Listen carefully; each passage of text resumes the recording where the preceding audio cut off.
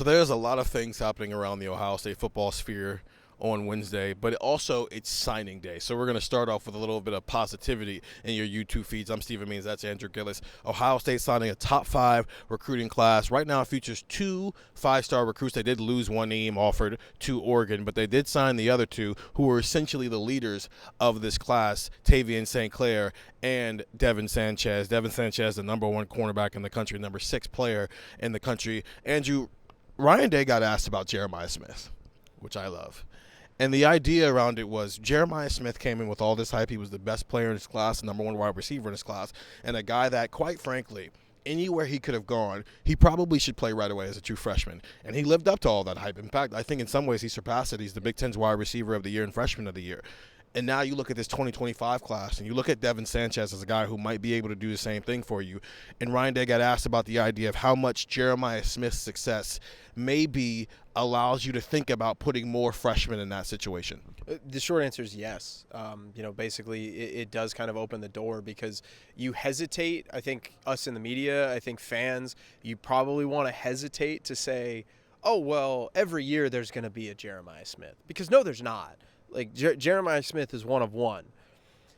Just so happens that Ohio State might have a very similar prospect who just so happens to play a defensive position, and it might be a different player. So Devin Sanchez, Ryan Day alluded to high-end players, talked about how they were leaders of the class.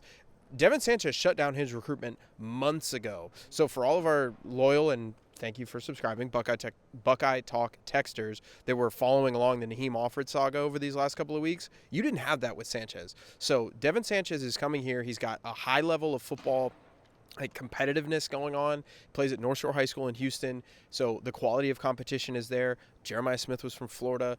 You knew the quality of competition was going to be there.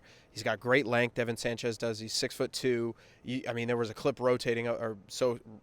There was a clip circulating on social media this weekend of him making a play in one of his high school football playoff games. Like, this kid is really, really good. And I think what Jeremiah Smith proved is that even if there's a little bit of a gap, if you have a good enough freshman to break the door open, you can have that situation, right? You can have that possibility. And it just so happens that Devin Sanchez might be that guy.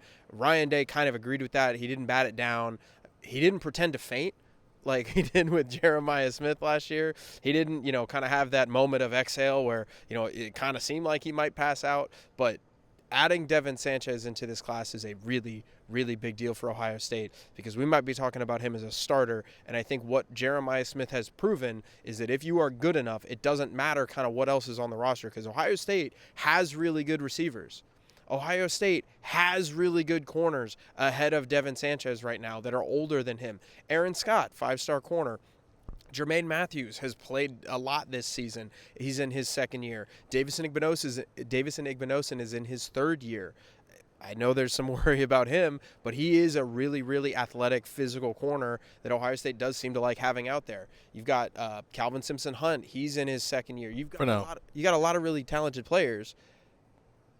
And Devin Sanchez might be better than all of them when he shows up in Columbus. So, big addition for Ohio State. Ryan said it depends on position groups, right? And you hear this a lot with coaches. The further away they are from the ball, the more you can put a guy in the position who maybe hasn't been there before. You don't really want to do that with offensive linemen and defensive linemen as much. With linebackers, you don't necessarily do it a lot. With quarterbacks, you definitely don't want to do it unless you absolutely have to do it in those situations. With cornerbacks and receivers, it's often where you see some of these young guys get on the field early and often.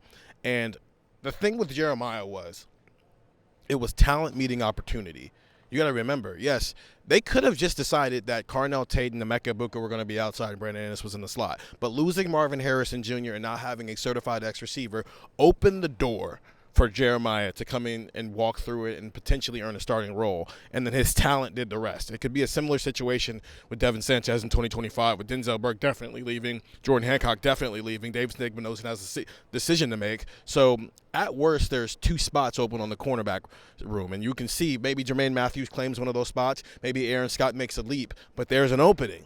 So now the question is, does Devin Sanchez have the talent and the ability to claim it and walk through that door? And everything that you've heard, everything that you've seen so far, he does have that talent. Get to text 614-350-3315. Ohio State signing another top 5 recruiting class under Ryan Day. We'll continue to talk about this on Buckeye Talk wherever you find podcasts. Stephen and Andrew, we're out of here.